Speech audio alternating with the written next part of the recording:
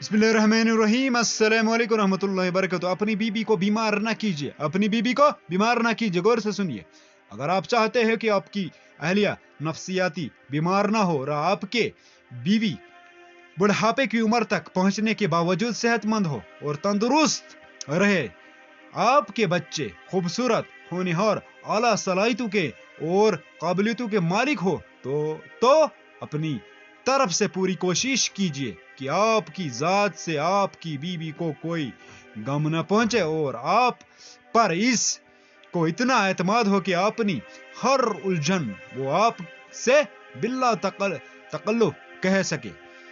अंदर ही अंदर घुटे अपनी बीबी बच्चों की तमाम जायज ख्वाहिशात जिनकी अल्लाह ताला ने और रसूलुल्लाह सल्लल्लाहु अलैहि वसल्लम ने इजाजत दी को पूरा करें।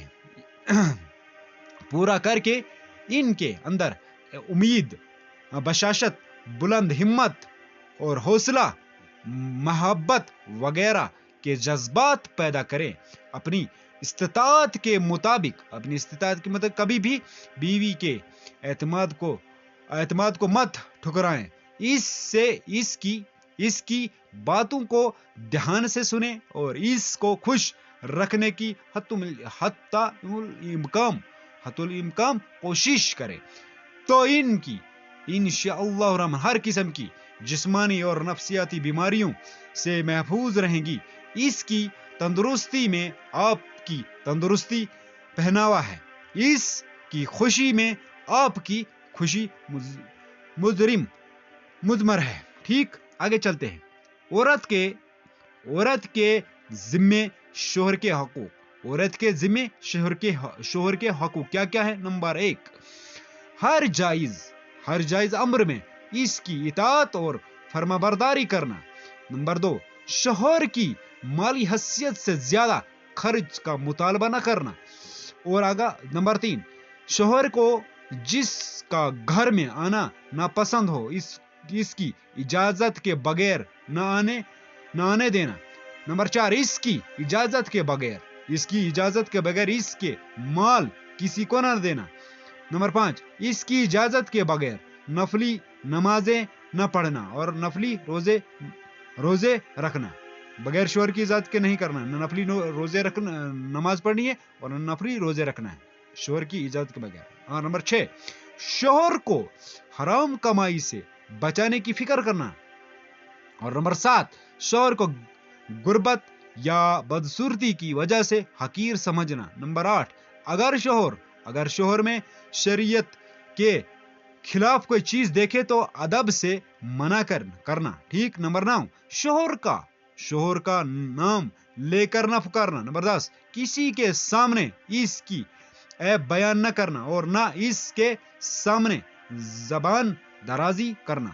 और नंबर 11, शोहर की अजीजो अकारिब से लड़ाई झगड़े न करना।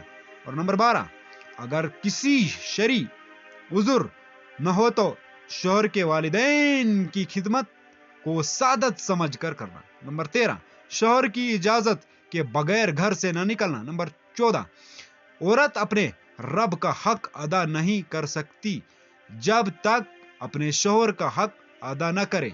और नंबर 15, जिस औरत की मौत इस हाल में आए कि इसका शोहर इससे राजी हो तो वो औरत जन्नती है। नंबर 16, शोहर के लिए बनना संवरना। क्या? शोहर के लिए बनावा सिंगार, मतलब बनना संवरना, अपने आप को संवारना इसका हक है, औरत को इस पर अजर मिलता है।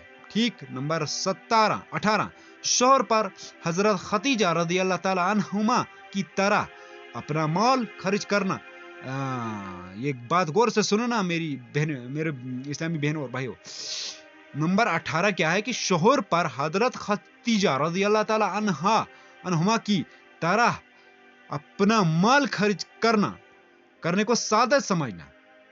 नंबर 18, शोहर को कोई परेशानी पेश आए तो इसको तसल्ली देना। नंबर 19, शोहर की खिदमत मोहब्बत और खुलूस से करना, अपनी सादत समझना। تو یہ تھی کچھ چند باتیں، ضروری اہم باتیں. انشاءاللہ الرحمن پسند آئی ہوگی. چینل کو سبسکرائب کریں، لائک شیئر اینڈ سبسکرائب. اللہ حافظ، جزاک اللہ.